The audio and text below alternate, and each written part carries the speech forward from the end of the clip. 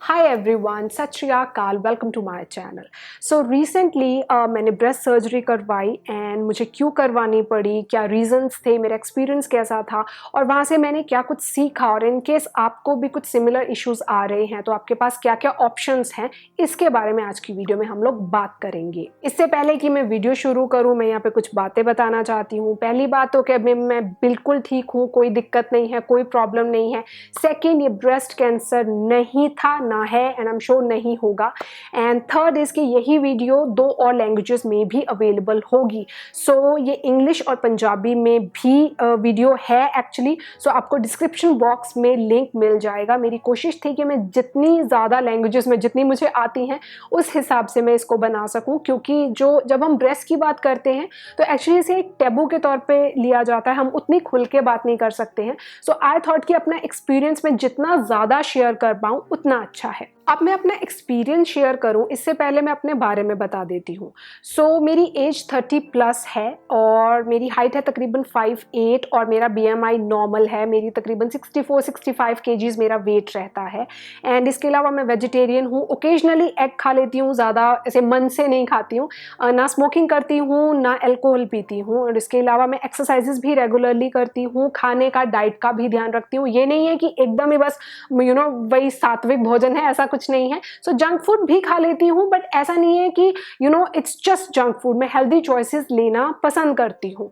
ये सब कुछ मैं इसलिए बता रही हूँ क्योंकि यूजुअली जब हम ऐसा केस देखते हैं तो हमको लगता है कि इसमें कोई प्रॉब्लम नहीं होने वाली है। सो मुझे भी ऐसा ही सेम लगा कि भैया हमने हर एक चीज को तो टिक मार्क कर लिया है, अब कोई दिक्कत तो होने वाली नहीं है, बट स्टिल दिक्कत थी। अब जब दिक्कत की बात करते हैं तो थोड़ा सा पीछे चलते हैं। मेरी शादी के टाइम पे हम लोगों ने ये डिसाइड किया कि हमको अपना एक फिजिकल एग्जामिनेशन, एक मेडिकल टेस्ट करवा लेना चाहिए, जस्ट टू बी श्योर। तो हम लोग दोनों ने करवाया, दोनों एकदम नॉर्मल आए। सो वी थॉट कि अभी हमको शादी कर लेनी चाहिए।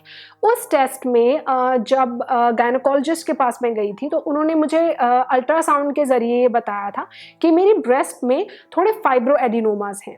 अब फाइब्रोएडिनोमास होते हैं, छोटे छोटे लंप्स होते हैं ब्रेस्ट में, बहुत ही ज़्यादा कॉमन है ये लेडीज़ में या टीनेजर्स में।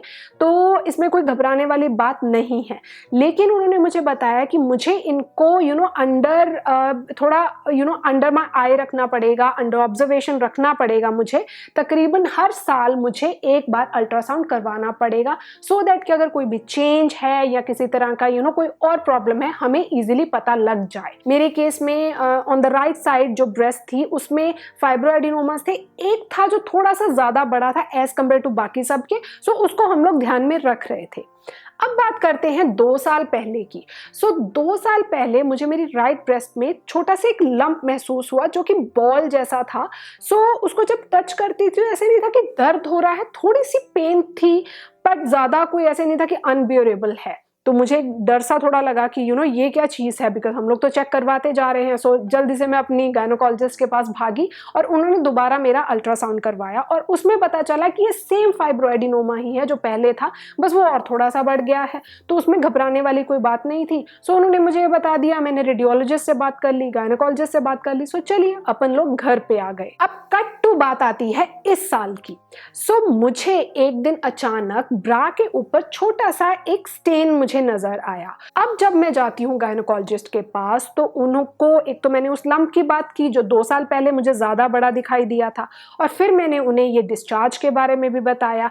अब ये हल्का सा डिस्चार्ज था जो निपल से था, और वो जो स्टेन था वो डिस्चार्ज का था जो कि ब्रा के ऊपर आ जाता था। सो उन्होंने चेक किया and this time instead of ultrasound उन्होंने मुझे कहा कि आप मेमोग्राम के लिए चले जाओ। सो हम लोगों ने दोबारा से अल्ट्रासाउंड भी कराया और मेमोग्राम भी करवाया। अब जितने भी ये मैं वर्ड्स बोल रही हूँ, अल्ट्रासाउंड, मेमोग्राम, इन सब की जानकारी भी मैं आपको दूंगी। सो मेमोग्राम जब हमने करवाया उसमें उन्होंने बताया कि वो जो बड़े वाला फाइब्रोएडिनोमा है उसमें खून की सप्लाई थोड़ी सी बढ़ गई है। सो उसकी जो वेस्कुलैरिटी है वो थोड़ी सी उनको बढ़ी हुई नजर आई उसमें, और उन्होंने उसमें सजेस्ट कर दिया कि भैया इसकी आप बायोप्सी करवा लो। उन्होंने मेरे को सीधा रेफर कर दिया to a breast surgeon.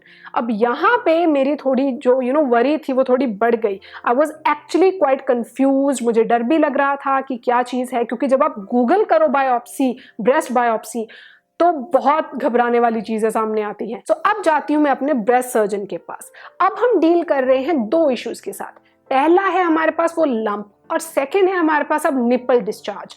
Doctor ने कहा कि हम इनको एक एक करके इनको देखेंगे, दोनों चीजों को हमको निगेट एक एक करके करना है कि किस वजह से है। अब क्योंकि मुझे सजेस्ट किया गया था कि मैं बायोप्सी कराऊं, so obviously I went for biopsy. Biopsy मैंने करवाई। जो फाइब्रोएडिनोमा जो साइड में था उसकी बायोप्सी की गई, उसका एक छोटा सा पीस निकाल के लैब को भेजा गया। लैब में जाने के बाद तकरीबन 4-5 दिन के बाद रिपोर्ट आती है और वहां से हमें रिजल्ट फिर मिलते हैं। अब यहाँ पे बहुत डर लग रहा था, उसकी वेस्कुलैरिटी क्यों बढ़ गई है, ब्लड सप्लाई क्यों बढ़ गई है, क्योंकि जो मेलाइन सेल्स होते हैं, जो कैंसरस सेल्स होते हैं, उसमें यही होता है। And I was really scared like anything. तो डॉक्टर ने मुझे फ़ोन किया और उन्होंने मुझे बताया कि वो नॉर्मल फाइब्रोएडिनोमा है एंड आई वाज रिलीव्ड। अब हमें वो लंप का तो पता चल गया था कि ये लंप तो है जी फाइब्रोएडिनोमा, तो चलिए इसे हम छोड़ देते हैं। डॉक्टर ने मुझे कहा कि हम हर 6 मंथ्स के बाद इसको फिर अल्ट्रासाउंड के जरिए इसको देखते रहेंगे, इसको फिर भी हम अंडर स्कैन रखेंगे कि ये क्या चीज़ है, या बढ़ रहा है या क्या हिसाब है। अब बात आई थी वो निपल डिस्चार्ज की। अब उसके लिए डॉक्टर ने मुझे 2 टेस्ट पहले उन्होंने प्रिस्क्राइब किए।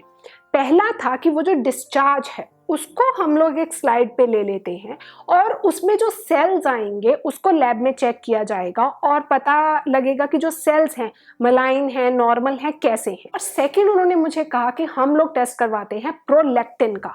अब प्रोलैक्टिन जो होता है वो एक हार्मोन होता है, पिट्यूटरी ग्लैंड बनाता है और इसकी वजह से ही ब्रेस्ट ग्रो करती है। इसके लिए मुझे ब्लड टेस्ट के लिए जाना था। प्रोलैक्टिन हमारा जब चेक किया गया तो पता चला कि भैया वो बहुत हाई है। डॉक्टर थोड़ी सी रिलीव तो हो गई कि कई बार जब ज्यादा प्रोलैक्टिन हाई होता है उसकी वजह से भी डिस्चार्ज होता है, लेकिन उन्होंने मुझे कहा कि हम लोगों को एक रिपीट प्रोलैक्टिन का टेस्ट करना पड़ेगा, क्योंकि अगर ब्रेस्ट को स्टिमुलेट करके हम लोग भेजते हैं ब्लड टेस्ट के लिए तो ज्यादातर प्रोलैक्टिन हाई ही आता है। अब हमें 2 रिपोर्ट्स का इंतजार था, वो स्लाइड वाली रिपोर्ट और जो प्रोलैक्टिन की सेकंड रिपोर्ट आनी थी। स्लाइड वाली रिपोर्ट में उन्होंने कह दिया कि हमें उतने सेल्स नहीं मिले हैं उस डिस्चार्ज में कि हम पता कर सकें कि वो अच्छे सेल्स हैं, कैसे सेल्स हैं। वो हमारे पास खत्म हो गया पूरे का पूरा तरीका। अब सेकंड था प्रोलैक्टिन। अब सेकंड बार जब हमने टेस्ट करवाया तो प्रोलैक्टिन आ गया जी नॉर्मल।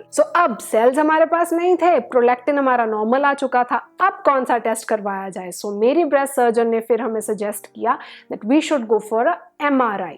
MRI नॉर्मल जिस हिसाब से होती है वो ट्यूब में भेजा जाता है। वहां पे ब्रेस्ट की मेरे MRI हुई, विद कॉन्ट्रास्ट हुई। मैंने जैसे पहले कहा इन सब चीज़ों को मैं आपको एकदम डिस्क्राइब करके बताऊंगी। इन केस भगवान ना करे आप इनमें से किसी चीज़ के लिए भी जा रहे हैं, आपको पता होना चाहिए कि टेस्ट में आप क्या एक्सपेक्ट करते हैं, क्योंकि इनमें से मैंने सारे टेस्ट करवाए। मैं आपको फर्स्ट हैंड एक्सपीरियंस दे सकती हूँ। MRI मैंने करवाई, विद कॉन्ट्रास्ट करवाई, और उसमें आया कि एक जो डक्ट है उसमें सामने कुछ तो है, कोई तो दिक्कत वहां पे है, ब्लड है जो इकट्ठा हुआ है या कुछ तो प्रॉब्लम है, वो डक्ट जो है क्लियर नहीं है। अब उसके लिए दोबारा सजेस्ट कर दी गई जी बायोप्सी। अब जब वो हिस्सा लैब में गया, उसको एग्जामिन किया गया, उसकी रिपोर्ट आई तो पता चला it is called intraductal papilloma. एक छोटा सा लंप होता है जो कि डक्ट्स में होता है। ये ज़्यादातर निप्पल के पास होता है, पीछे नहीं होता है, लेकिन पीछे भी हो सकता है। ऑलमोस्ट 99.9% ये बिनाइन होते हैं, नॉन कैंसरस होते हैं, लेकिन स्टिल इसमें दिक्कत हो सकती है। अब तक जितनी रिपोर्ट्स मेरी आई थी उसमें हम लोगों ने सिर्फ डायग्नोज किया था कि क्या चीज़ है, क्या चल क्या रहा है। अब तक ट्रीटमेंट नहीं हुई थी, लेकिन फिर बात हुई अब ट्रीटमेंट की। तो डॉक्टर ने मेरे को 2 ऑप्शंस दिए। फर्स्ट था कि हम बायोप्सी के थ्रू ही इसको निकाल लेते हैं, और सेकंड था कि हम सर्जरी के थ्रू ये पैपिलोमा निकाल लेते हैं। अब जब तो हम बात करते हैं वो वैक्यूम वाली बायोप्सी, वो इजी है, उसमें कोई स्कार नहीं होता है, किसी तरह का कोई जख्म नहीं होता है। जख्म थोड़ा सा होगा, मतलब उसका दाग नहीं पड़ेगा, एंड वो आसानी से निकाल लेगी। लेकिन उसमें फिर भी 0.1% भी चांस होता है कि अगर वो जो सेल है, वो जो हिस्सा है, वो जो लंप है, उसका कुछ हिस्सा पीछे बच गया सो आई थॉट, या मैंने ये सजेस्ट किया डॉक्टर को, या मुझे लगा कि मुझे ये करना चाहिए। सो मुझे लगा कि मैं सर्जरी के लिए जाती हूँ इंस्टेड कि मुझे वो वैक्यूम वाली बायोप्सी की ज़रूरत है। तो जब हम सर्जरी की बात कर रहे थे, ऑपरेशन की बात कर रहे थे, सो वहाँ पे एक म्यूचुअल ये कंसेंट के साथ हम लोगों ने सोचा कि जब ये पेपिलोमा निकाल रहे हैं तो क्यों ना वो फाइब्रोएडिनोमा भी निकाल दिया जाए। सो उस सर्जरी में हम लोगों ने पेपिलोमा निकाला, वो फाइब्रोएडिनोमा निकाला, उसको लैब में भेजा गया, टेस्ट हुए, वापस रिपोर्ट्स आई कि सब कुछ नॉर्मल है, and that's how it concluded. ये था मेरा एक्सपीरियंस। लेकिन अगर मैं अपनी बिगिनिंग की बात करूं, जो वो डिस्चार्ज आया, लम्प जो था वो बड़ा था, इसके अलावा जब डॉक्टर्स ने बायोप्सी एंड ये सब कुछ मुझे प्रिस्क्राइब किया, सो मैं सच में काफ़ी डर गई थी। और आपके दिमाग में सिर्फ एक ही चीज़ आती है कि भगवान ना करे ये कैंसर हो। सो ऑल्दो मेरे डॉक्टर्स जो थे काफ़ी हद तक, मतलब 90-95% तक वो श्योर थे कि ऐसा कुछ नहीं होने वाला है, बिकॉज मेरी लाइफस्टाइल सही था, बिकॉज मेरा खाना सही था, मैं स्मोक नहीं करती हूँ, इसके अलावा कोई हिस्ट्री नहीं है। सो उस हिसाब से वो काफ़ी हद तक आश्वस्त मुझे दिखाई दे रहे थे। बट स्टिल वो 5% वो भी छोड़ रहे थे कि देखिए पता नहीं होता है। So I was quite confuse, I was quite scared. लेकिन जब सब कुछ एंड में ठीक आ गया, सो मुझे काफ़ी चीज़ें उसमें से सीखने को मिली। अब मैं आपको उनमें से कोई चीज़ें बताना चाहती हूँ। सो फर्स्ट थिंग इज कि ब्रेस्ट के रिलेटेड आपको अगर कुछ भी चेंज दिखाई दे रहा है, लंप है, चेंज है, कोई भी ब्रेस्ट साइज में कुछ आपको अलग लग रहा है, कुछ कलर का डिफरेंस हो रहा है, कुछ निप्पल आपको डिफरेंट लग रहा है, अंदर को तरफ जाता दिख रहा है, कुछ पेन हो रही है, इन चीज़ों को आप लाइटली मत लीजिए। Please go and talk to your gynaecologist. वो आसानी से बहुत ईजिली इसको चेक कर सकती हैं और आपको बहुत सारी जो आपको फालतू की स्ट्रेस है उससे दूर कर सकती हैं। सेकेंड है कि जब आप किसी भी ऐसे टेस्ट के लिए जाएं, ज़रूरी नहीं है कि वो मलाइन ही होगा, ज़रूरी नहीं है कि वो हर बार कोई बुरा सेल ही होगा, वो कैंसरस ही होगा। वो बहुत ज़्यादा हद तक, ऑलमोस्ट 95-97% केसेस जो होते हैं बिनाइन होते हैं। सो आपको घबराने की ज़रूरत नहीं है। थर्ड इज़ कि आपको अपना हेल्दी लाइफस्टाइल चुनना ज़रूरी है। जब मैं अपने डॉक्टर के पास गई, उन्होंने मुझे बहुत सारे क्वेश्चंस पूछे और हर बार उसको मना करना एक बहुत अच्छी फीलिंग देता था। आप ओबीज तो नहीं हैं, मोटापे की तरफ तो नहीं जा रही हैं, नहीं। आप ये पीती हैं, आप ये खाती हैं, आप ऐसा है वैसा है, नहीं। बीपी है, शुगर है, नहीं।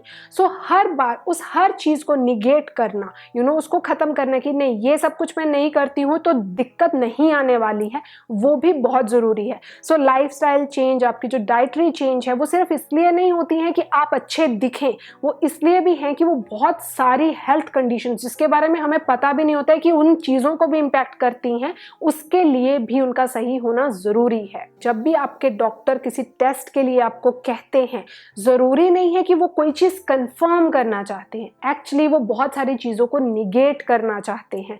वो उन सब चीज़ों को उसमें से निकालना चाहते हैं कि ठीक है ये तो वो नहीं है, ये भी नहीं है, ये भी नहीं है। सो वो निगेट करना चाह रहे हैं इंस्टेड क्यों आपको लगता है कि वो कंफर्म करा देंगे कुछ। सो इस वजह से कि आपको लगे कि अरे पता नहीं क्या होगा, इंस्टेड आप उन सब चीज़ों को दरकिनार करते हुए अपने टेस्ट के लिए जाएं। आपको अपनी बॉडी के बारे में जानकारी होना ज़रूरी है। नेक्स्ट है एक पॉजिटिव माइंड, ये बहुत ज़्यादा ज़रूरी है। मुझे भी जब I was going through all this, तो बहुत सारे चीज़ें आती हैं दिमाग में। एक बार तो आपकी लाइफ घूम जाती है कि दैट्स इट, बस ये था। And I remember sleepless nights, I remember रात को उठ के गूगल करना। सो वो सब चीज़ें हुई हैं। बट आई थिंक एक पॉजिटिव एटीट्यूड बहुत ज़्यादा ज़रूरी है। मैंने बहुत पॉजिटिव बुक्स पढ़ी, कुछ को मैं यहाँ पे मेंशन भी करना चाहूँगी। दे वर रियली हेल्पफुल।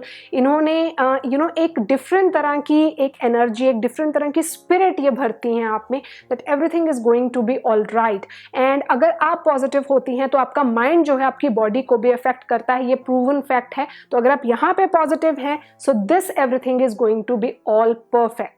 अच्छा, लास्ट में एक और चीज़ मैं बताना चाहूँगी कि कई बार हम लोग फैशन को देख के, ट्रेंड्स को देख के, जो हमारे पास इन्फ्लुएंसर्स हैं, सोशल मीडिया स्टार्स हैं, उनके पीछे लग के हम लोग बॉडी में कुछ चेंजेस करवाते हैं, कुछ मॉडिफिकेशंस करवाते हैं। उसके बारे में मैं ज़रूर बात करना चाहूँगी यहाँ पे।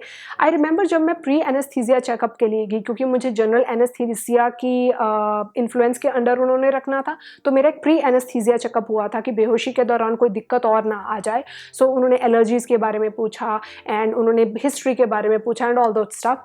वहाँ पे उनके कुछ क्वेश्चंस ऐसे थे जो मुझे हैरान करने वाले थे। लाइक फॉर एग्जांपल उन्होंने पूछा कि मेरे दांत कैसे हैं, आर दे नेचुरल, विनियर्स तो नहीं है, क्राउन तो नहीं है, इम्प्लांट तो नहीं है, क्या ऐसे कुछ वाइटमिन्स, मल्टीवाइटमिन्स या कुछ और ऐसी दवाइयाँ मैं ले रही हूँ, and all those different things जो हम करवा लेते हैं। आपने कोई सर्जरी पहले तो नहीं करवाई है, कोई इम्प्लांट तो नहीं करवाया है, आप वो जो Botox and all that stuff, वो जो आप इंजेक्शन है वो सब कुछ तो नहीं लेती हैं। सो आई वॉज लाइक हम लोग कितनी आसानी से ऑनलाइन मीडिया में जो हमें बताया जाता है उसके पीछे भाग के हम लोग कितना कुछ करवाने की सोचते हैं, बट दैट्स नॉट गुड। वो चीज़ें जो हमें उस टाइम पे मोमेंटली लग सकती हैं कि हमारे लिए अच्छी हैं, आपकी हेल्थ पे बहुत बुरा असर डाल सकती हैं। सो कुछ भी ऐसा अपनी बॉडी के साथ करवाने से पहले 1 नहीं 10 नहीं 1000 बार सोचिए। So that's all for today. I hope कि मैंने जो भी बताया आपको इनमें से कोई भी सिम्टम ना हो and you all are all happy, healthy. And in case आपको लगता है कि कोई भी आपको हल्का सा भी कुछ इशू लग रहा है, please talk to your gynaecologist. इसके अलावा जितने भी ट्रीटमेंट्स हुए हैं इन सब के बारे में मैं आपको नेक्स्ट वीडियो में डिटेल में बताऊंगी।